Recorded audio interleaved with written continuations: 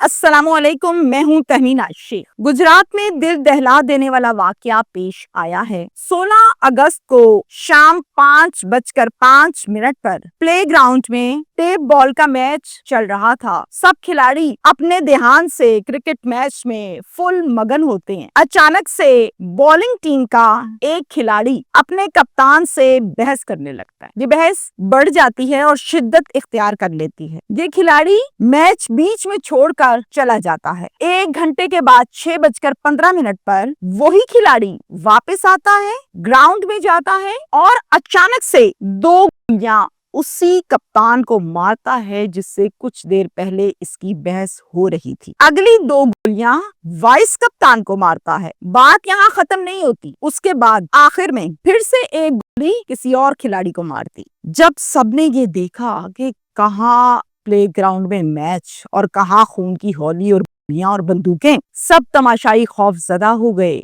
और वहां से उठकर भागने लगे, तितर बितर हो गए। अब सबके सब ये सोचने लगे कि ये तो लगता है पागल हो गया, कभी उसको गोली, कभी उसको गोली, कभी उसको गोली। ऐसा ना हो कि कहीं इसका ध्यान हमारी तरफ आए और हमें गोलियां मारने लग जाए। लिहाजा वो अपनी जान बचाने के लिए वहां से भगदड़ मची और भाग गए। इन तीनों को हॉस्पिटल शिफ्ट किया गया है। अब जो तीसरा खिलाड़ी है जिसको आखिर में एक गोली मारी थी, उसकी हालत सीरियस है। डॉक्टर्स ये कहते हैं कि इसकी सीरियस कंडीशन है। 2 खिलाड़ी फौत हो गए और तीसरा जिंदगी और मौत की कश्मकश में है। सवाल यहाँ पर ये पैदा होता है कि कातिल खिलाड़ी ने तीनों को गोलियां मारकर कत्ल करने का इरादा क्यों रखा और ऐसा क्यों किया। ये कातिल कहीं इनका रिश्तेदार तो नहीं। और सबसे इम्पोर्टेंट तरीन बात यह है कि कातिल की जो बहस हुई थी अपने कप्तान से, वो बहस किस बात पर हुई थी और उस बहस में बात असल में थी क्या जिसकी वजह से ये सब कुछ हुआ। अगर मैं मान भी लूं और आप लोग भी मान लें कि बात जो हुई, जो बहस हुई, उसकी वजह से ये सारा वकूआ बना है, तो फिर हमें यूं भी सोचना चाहिए कि फिर गोली भी सिर्फ कप्तान को ही मारनी चाहिए थी, क्योंकि बहस सिर्फ कप्तान से हुई थी, बाकी 2 को क्यों मारी। अब यहाँ पर ये सवाल मेरे जहन में तो जरूर आता है, यकीनन आपके जहन में भी आ रहा होगा। इस केस की तमाम डिटेल्स मैं आपको जरूर बताऊंगी, लेकिन उससे पहले मैं आपको ये बताऊं कि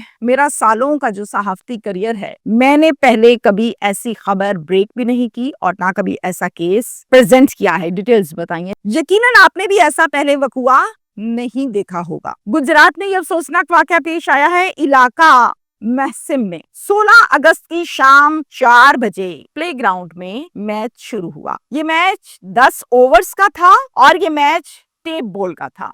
एक टीम का कप्तान ताहिर है और दूसरी टीम का कप्तान शब्बीर है। सबसे पहले हम बात करते हैं ताहिर टीम की। ताहिर है आज के हमारे इस केस का मेन कैरेक्टर, मेन किरदार, और इसी पर आप सबने फोकस करना है। आप सबको बताऊं कि ताहिर टीम का कप्तान है और वाइस कप्तान इसी टीम का इसका सगा भाई फाखिर है। फाखिर की उम्र 23 साल है और ताहिर की उम्र 27 साल है। अब ताहिर टीम में यासिर हुसैन वो भी हैं और ये रिश्ते में मामू लगते हैं ताहिर के। इसी टीम में एक और बेस्ट फ्रेंड भी है जिसका नाम है गुलाम गौस, वो भी ताहिर टीम का ही हिस्सा है। आपको पता है कि जब भी मैच शुरू किया जाता है तो सबसे पहले टॉस किया जाता है। जो टॉस जीतता है, जो रिजल्ट आता है, उसके मुताबिक मैच का आगाज किया जाता है। तो यहाँ पर भी टॉस किया गया और टॉस के बाद पहली जो बैटिंग की वो की ताहिर टीम ने।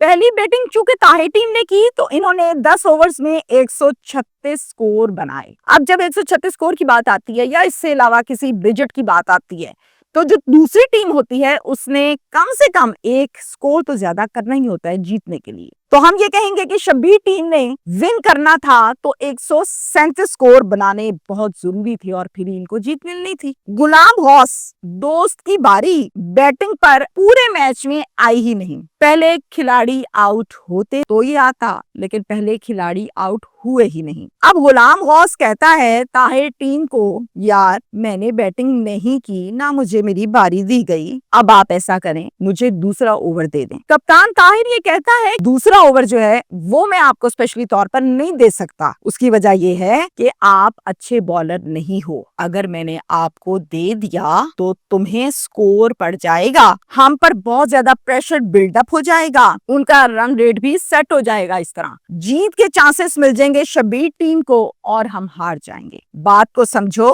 3 से 4 खिलाड़ी थोड़ा सा इंतजार करो, 3-4 खिलाड़ी आउट हो लेने दो, फिर मैं आपको आपकी बारी देता हूँ। यकीन रखो देता हूँ। अब क्या होता है, 3-4-5 ओवर्स गुजर गए, खिलाड़ी आउट फिर नहीं हुए। ये दोबारा से जाता है कप्तान के पास, उसको कहता है यार अब तो 5 ओवर्स गुजर गए हैं, अब तो दे दो मुझे मेरा ओवर। हाँ हाँ दूंगा, क्यों नहीं दूंगा, 7वां ओवर तुम ले लेना। और जब 7वें ओवर की बारी आती है और ये 7वां ओवर लेने जाता है तो कप्तान ताहिर इसको ये कहता है यार बहुत ज्यादा स्कोर पड़ गया है, अगर 7वां ओवर तुम्हें मैंने वाकई दे दिया तो ये मैच यहीं पे खत्म हो जाएगा, वो मैच जीत जाएंगे और हमारी हार हो जाएगी, जो मुझे किसी तौर पर कबूल नहीं। इस मैच में ओवर मैं तुम्हें नहीं दे सकता, अगले किसी मैच में दे दूंगा, कोई बात नहीं, थोड़ा सा कॉम्प्रोमाइज करो। अब 7वां ओवर अपने भाई, सगे भाई को, जो कि वाइस कप्तान भी है, फाकिर, उसको दे दिया। अब ये सब कुछ देख रहा है कि मुझे कब से गोली पे गोली, गोली पे गोली मुझे दे ही नहीं रहा, और अपने भाई को इसने दे दिया। अब ये बात जो है गुलाम गौस को चुप सी जाती है, ट्रिगर करती है कि इस तरह से मुझे क्यों इसने लारे पे लारा लगाया, झूठ बोला, मुझे दिया नहीं और अपने भाई को आराम से दे दिया। ये ताहिर के पास जाता है और जाकर गिला करता है, लड़ता है, झगड़ता है, गिला शिकवा करता है कि मुझे नहीं दिया, मुझे सिर्फ लारा लगाते रहे हो, जब टाइम आया तो तुमने अपने भाई को दे दिया। यार मैच इस टाइम बहुत फंसा हुआ है, सिचुएशन बहुत अजीब है, टेंशन नहीं, दो बहस नहीं करो, नहीं देना मैंने तुम्हें, जाओ यहाँ से, चले जाओ, मैं पहले बड़ा प्रेशर में हूँ। कहता है अच्छा। वहां से तेज तेज निकलता है बाहर गुस्से में और भाग जाता है सीधा वहां जहां पर बाइक खड़ी है, जाके अपनी बाइक पकड़ी और घर चला जा। घर से दोबारा एक लोडेड पिस्टल अपने साथ लगाई, उसी बाइक पर बैठा और इसी प्लेग्राउंड में वापस आ गया। ताहिर कप्तान अपने ध्यान में खड़ा था, फील्डिंग कर रहा था, अचानक से उसके करीब आके उसको 2 फायर डायरेक्टली मार दिए। उसके बिल्कुल साथ उसका वाइस कप्तान, जो कि उसका भाई था फाखिर, वो खड़ा हुआ है। अगले 2 फायर फाखिर को मार दिए। फाखिर को इसलिए मारा क्योंकि गुस्सा असल में इसको ये था कि मेरे हिस्से का 7वां ओवर अपने भाई, सगे भाई फाखिर को दे दिया और मुझे नहीं दिया। ये सब कुछ इसके जो मामू हैं, जिनका नाम है यासिर हुसैन, वो सब कुछ देख रहे थे कि कैसे इसने प्लेग्राउंड में सरेआम मेरे भांजों को 2-2 गोलियां मारी हैं। इस कदर इसकी दीदा दलेरी है, ना डर है ना खौफ है। वो फौरन भागते हैं आगे को इसको पकड़ने के लिए कि इसको कंट्रोल करूं, पागल तो नहीं हो गया ये। जैसे ही वो आगे आते हैं इसको पकड़ने के लिए, ये एक फायर उनको भी मार देता है। मामू बेचारा भी उधर ही ढेर हो गया। अब तमाम तमाशाइयों में भगदड़ मच गई कि ये क्या हो रहा है यहाँ पर। खौफजदा हो गए कि ऐसा ना हो कि कहीं अगली हमें मार दे, लगता है ये तो पागल हो गया है, अंधाधुंध फायरिंग कर रहा है। करते करते फायरिंग वहां से उसी भगदड़ का फायदा उठाते हुए भाग गया, फरार हो गया। वहीं से किसी ने 15 की कॉल की। अब ये जो वकूआ और प्लेग्राउंड है, इसको थाना लगता है दौलत नगर। दौलत नगर की नफरी फौरन से 15 कॉल के रिस्पांस में मौके पर पहुंची, वकूआ देखा, लाशें अपनी तहवील में ली और उनको अस्पताल शिफ्ट किया कि इनकी पोस्टमार्टम करवाकर रिपोर्ट हासिल की जाए। अब आपको मैं यहाँ पर बताऊं कि 3 लोगों को गोलियां मारी गई थी, 2 को 2-2 और एंड पर 1 गोली मारी गई थी, जो कि मामू थे। मामू की कंडीशन इस तरह ये है कि डॉक्टर्स बताते हैं कि बहुत सीरियस हैं, लेकिन हम कोशिश कर रहे हैं, आप लोग दुआ करें।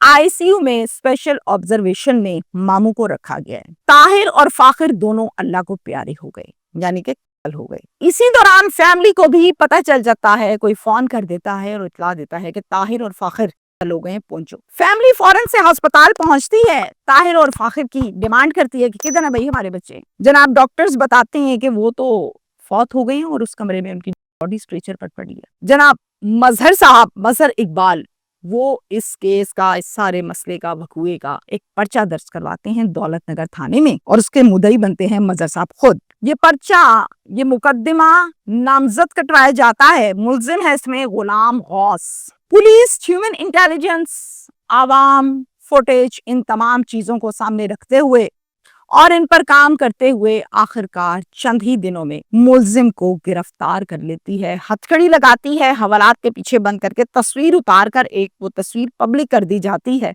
ये सारे का सारा वकूआ है जो मैंने आपको यहाँ पर बताया। कभी 30 रुपए केले सस्ते क्यों नहीं किए? मार दो बंदा। मुझे ओवर नहीं दिया, मेरी बारी क्यों नहीं दी? बंदा मार दो। बच्ची के साथ की बद्दी मार दो। बीवी ने बात नहीं सुनी, 10 मार दो। ये जो खेल है इसके पीछे मुझे ऐसा लगता है आप लोगों के मुझसे ज्यादा तजुर्बे हैं, नॉलेज हैं, इख्तियारात हैं, आपके हाथ में इख्तियार है।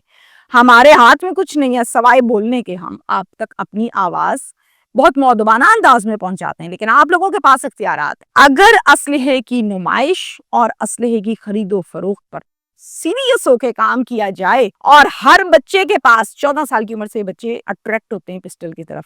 14 साल की उम्र में अगर बच्चा 10,000 रुपए की पिस्टल आसानी ऑनलाइन खरीद रहा है, आप लोगों को चाहिए इस पर खसूसी तौर पर पाबंदी लगाएं। यकीनन आप लोगों ने लगाई, इस पर पर्चा भी है, लेकिन इम्प्लीमेंट भी करें। सिर्फ किताबी पाबंदियां, असूल जवाबित और कानून नहीं होना चाहिए, उस पर अमल दरामद भी होना चाहिए और सख्त तरीन होना चाहिए, निशाना बनाना चाहिए, इबरत बनाना चाहिए, ताकि अगली दफा कोई जाके पिस्टल ना खरीदे, कोई बहन को, कोई बीवी को, कोई बेटी को, कोई खिलाड़ी को, कोई कप्तान को। डस डस डस, ये खेल अब बंद होना चाहिए।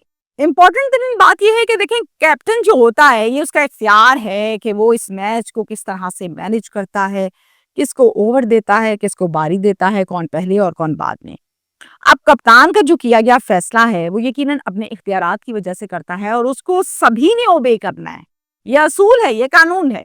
जब आप उसके हुक्म पर या उसके कहने पर बहस करते हैं कि मुझे पहले ओवर क्यों नहीं दिया और मुझे बारी क्यों नहीं दी, तो यकीनन आप गलत कर रहे हैं। और इसी तरह से ये बहस शिद्दत इख्तियार की और ये मसला बना।